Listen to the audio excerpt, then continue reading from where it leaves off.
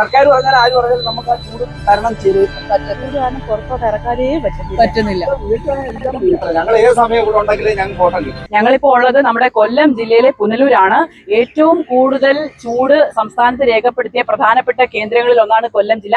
നമുക്കറിയാം കൊല്ലത്ത് ഇന്ന് സംസ്ഥാന വ്യാപകമായി തന്നെ വിദ്യാഭ്യാസ സ്ഥാപനങ്ങൾ ഉൾപ്പെടെയുള്ളവർക്ക് അവധി പ്രഖ്യാപിച്ചിരിക്കുന്നു.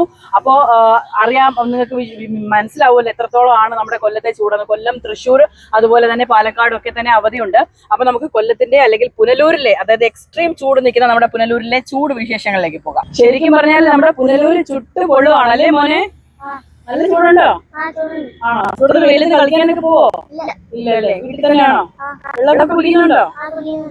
ചൂടുകൂലിയൊക്കെ വരുന്നോ? മുഖത്ത് വരുന്നുണ്ടല്ലേ? അപ്പൊ കളിക്കാൻ പോകുന്നുണ്ടല്ലേ? ഒരുപാട് കൂടുതലാണ്. എല്ലാ വർഷത്തെക്കാളും കൂടുതലാണ്. വെള്ളമൊക്കെ കുടിക്കുന്നുണ്ടോ? എങ്ങനെയുണ്ട്? ചൂട് കാരണം പുറത്തോട്ട് ഇറക്കാനേ പറ്റുന്നില്ല. എന്താ പറ്റി ഇങ്ങനെ ചൂട് വരാനുള്ള കാര്യം അറിയോ? അറിയത്തില്ല. പക്ഷെ നമ്മുടെ പഴയ ആ ഒരു പ്രകൃതിയുടെ അവസ്ഥയെല്ലാം മാറുകയാണ് അല്ലേ? പ്രകൃതി നമുക്ക് ആ വൃക്ഷങ്ങളൊന്നും ഇല്ലല്ലോ. ഭയങ്കരമായ ചൂട്. ഇതിലോട്ടൊക്കെ ഇറങ്ങി കഴിഞ്ഞാൽ ഭയങ്കര ചൂടാണ്. തണലത്തന്നെ ഇരിക്കാനൊന്നും ഒരു ഇല്ല. നമ്മളെ പോലുള്ള സാധാരണക്കാർക്ക് ചിലപ്പോൾ വീട്ടിൽ AC അങ്ങനെ കാണത്തില്ല. അപ്പൊ നമ്മൾ ശരിക്കും രാത്രി ഉറങ്ങാൻ പോലും പറ്റുന്നില്ല. ഭയങ്കര ബുദ്ധിമുട്ടാണ്. പകലും രാത്രി എല്ലാം ഭയങ്കര ബുദ്ധിമുട്ടാണ്. വീട്ടിനകത്ത് നടക്കാൻ പറ്റാത്ത അവസ്ഥ ഇന്ന് വരെ കേട്ടിട്ടില്ല, അല്ലെങ്കിൽ കേരളം അനുഭവിച്ചിട്ടില്ലാത്ത രീതിയിലുള്ള കനത്ത ചൂട് തന്നെയാണ്. വീട്ടിലിരിക്കാൻ വയ്യ, പുറത്തിറങ്ങാൻ വയ്യ അല്ലേ? ഇനിയിപ്പോ എന്തോ ചെയ്യും?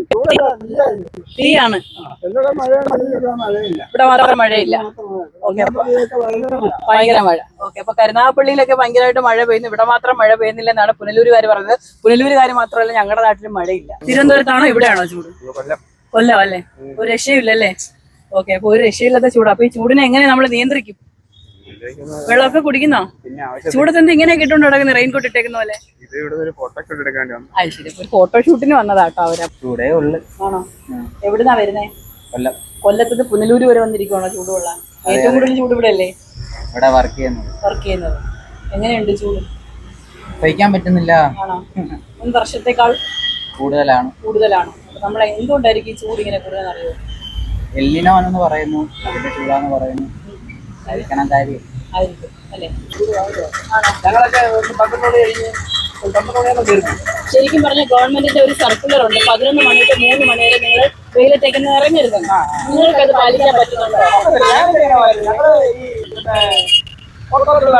തീർച്ചയായിട്ടും സർക്കാർ പറയുന്ന പോലെ നമുക്ക് പറ്റുന്നില്ല.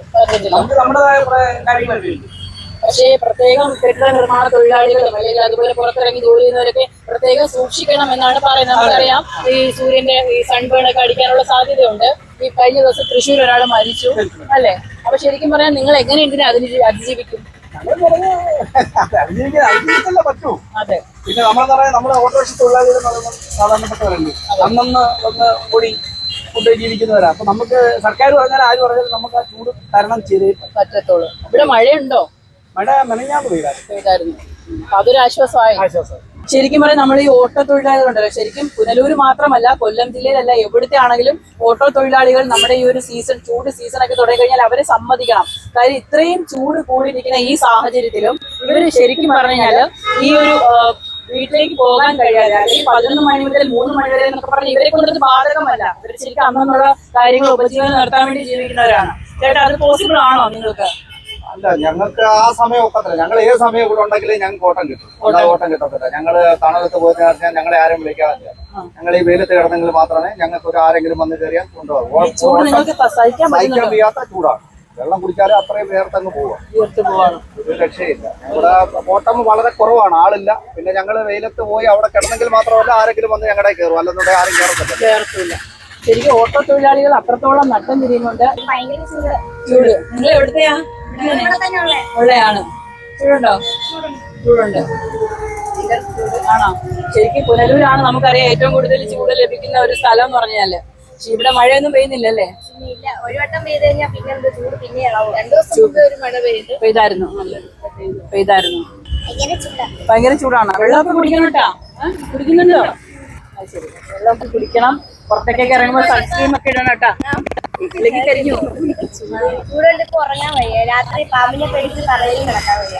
പാമ്പ് ശല്യം വേറെ, പിന്നെ ചൂട് വേറെ. എന്തൊക്കെ പേടിക്കണ്ടല്ലേ നമ്മൾ? പാമ്പിനെ പേടിച്ച് കിടക്കാൻ പറ്റും. ജനലും തുറന്നിടാം. ജനൽ തുറന്നിടാക്കുന്നില്ല. ശരിക്കും പറഞ്ഞാൽ പുനലൂര് നമുക്കറിയാം, പുനലൂരുകാർക്ക് ഏറ്റവും അധികം പേടിയുള്ള, അല്ലെങ്കിൽ ഇവിടെ ഒക്കെ നമുക്കറിയാം വനമേഖലയൊക്കെ ആയതുകൊണ്ട് തന്നെ ഒരു പക്ഷെ നല്ല രീതിയിൽ പാമ്പ്, ഇപ്പോൾ ഈ ഒരു പാമ്പിന്റെ പ്രജനന കാലമാണ്, അതുകൊണ്ട് തന്നെ പാമ്പ് മുട്ടയിടാനും പാമ്പൊക്കെ എഴിഞ്ഞു കയറാനുള്ള സാഹചര്യം കൂടുതലാണ്. സാധാരണക്കാർക്ക് നമുക്ക് ഒരു പക്ഷേ AC അങ്ങനെ ഒന്നും ഫിറ്റ് ചെയ്യാനുള്ള സാഹചര്യം ഉണ്ടാവില്ല. അപ്പൊ ഞങ്ങൾ ഇപ്പൊ ഇത് സംസാരിച്ചുകൊണ്ടിരിക്കുമ്പോൾ ഒരു ഭയങ്കര ഒരു സംഭവം ഉണ്ട്. നോക്കി നേരെ കാർമേഘമൊക്കെ മൂടിയിട്ടുണ്ട് കേട്ടോ. അപ്പൊ മഴ പെയ്യുന്നുള്ളൊരു പ്രതീക്ഷയിൽ കൂടിയാണ് ഞങ്ങൾ ഇവിടെ നിൽക്കുന്നത്. അപ്പൊ എന്തെന്ന് പറഞ്ഞാൽ ശരി, ചൂടിന്റെ പ്രത്യേക ജാഗ്രതാ മുൻകരുതലുകൾ നമ്മുടെ സർക്കാർ തലത്തിൽ പറയുന്നുണ്ട്. അതോടൊപ്പം തന്നെ ധാരാളം വെള്ളം കുടിക്കുക, നിങ്ങൾ അയഞ്ഞ വസ്ത്രങ്ങൾ ധരിക്കുക, അതോടൊപ്പം തന്നെ നിങ്ങൾ ചൂടിനെ പ്രതിരോധിക്കാനായി നല്ല തണുത്ത ആഹാരങ്ങൾ, തണ്ണിമത്തനോ അല്ലെങ്കിൽ അങ്ങനെയൊക്കെയുള്ള ഏതെങ്കിലും ഫ്രൂട്ട്സ് ഒക്കെ എപ്പോഴും കഴിച്ചുകൊണ്ടിരിക്കാൻ.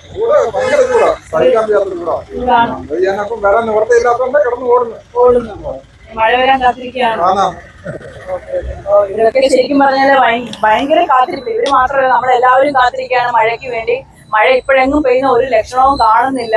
ശരിക്കും നല്ല രീതിയിൽ നിങ്ങൾ ഈ ഒരു ഗവൺമെന്റ് പറയുന്ന അതേ ജാഗ്രതാ നിർദ്ദേശങ്ങൾ നിങ്ങൾ പാലിക്കേണ്ടതായിട്ടുണ്ട്. കാരണം 11 മണി മുതൽ 3 മണി വരെയാണ് ഏറ്റവും അധികം ചൂട് ലഭിക്കുന്നെങ്കിലും അത് ഓട്ടോ തൊഴിലാളികളെയും അല്ലെങ്കിൽ സാധാരണ ഫീൽഡിൽ ഇറങ്ങി വർക്ക് ചെയ്യുന്നവരെ സംബന്ധിച്ചിടത്തോളം വലിയ റിസ്ക് ആണ്. എങ്കിലും അവരുടെ ജീവിതം തരണം ചെയ്തുകൊണ്ട് പോകാൻ അവർക്ക് അങ്ങനെ ഇറങ്ങാതിരിക്കാൻ വേറൊരു നിവൃത്തിയുമില്ല. അപ്പോൾ ഇങ്ങനെ വെയിലത്തിറങ്ങി വർക്ക് ചെയ്യേണ്ട സാഹചര്യമുള്ളവർ ധാരാളം വെള്ളം കുടിക്കണം. അതോടൊപ്പം തന്നെ ഈ ചൂടിനെ പ്രതിരോധിക്കാനുള്ള എല്ലാ മാർഗങ്ങളും, അതിപ്പോൾ നിങ്ങളുടെ ഡ്രസ് കോഡിലാണെങ്കിലും നിങ്ങളുടെ ആഹാര രീതിയിലാണെങ്കിലും അത്രയും കാര്യങ്ങളൊക്കെ കീപ്പ് ചെയ്യുക. ഈ ചൂട് സംബന്ധിക്കുന്ന ചിക്കൻ പോക്സ് പോലുള്ള രോഗങ്ങളൊക്കെ തന്നെ വരാതെ നോക്കുക. ധാരാളം വെള്ളമൊക്കെ കുടിച്ച് ശരീരമൊക്കെ ഒന്ന് തണുപ്പിച്ച് ഉഷാറായിട്ടിരിക്കുക. അപ്പോൾ നമുക്ക് ഏതായാലും ഈ വരുന്ന ദിവസങ്ങളിലൊക്കെ മഴ ഉണ്ടാകുമെന്ന് അറിയിപ്പുണ്ട്. ആ മഴ ഒന്ന് പെയ്യട്ടെ, ഇവിടെ ഒന്ന് തണുക്കട്ടെ എന്ന് ഞങ്ങൾ പ്രതീക്ഷിക്കുന്നു. പുനലൂരിൽ നിന്നും ക്യാമറമാൻ വിപിൻ വേണുവിനൊപ്പം വിസ്മയാനസ്.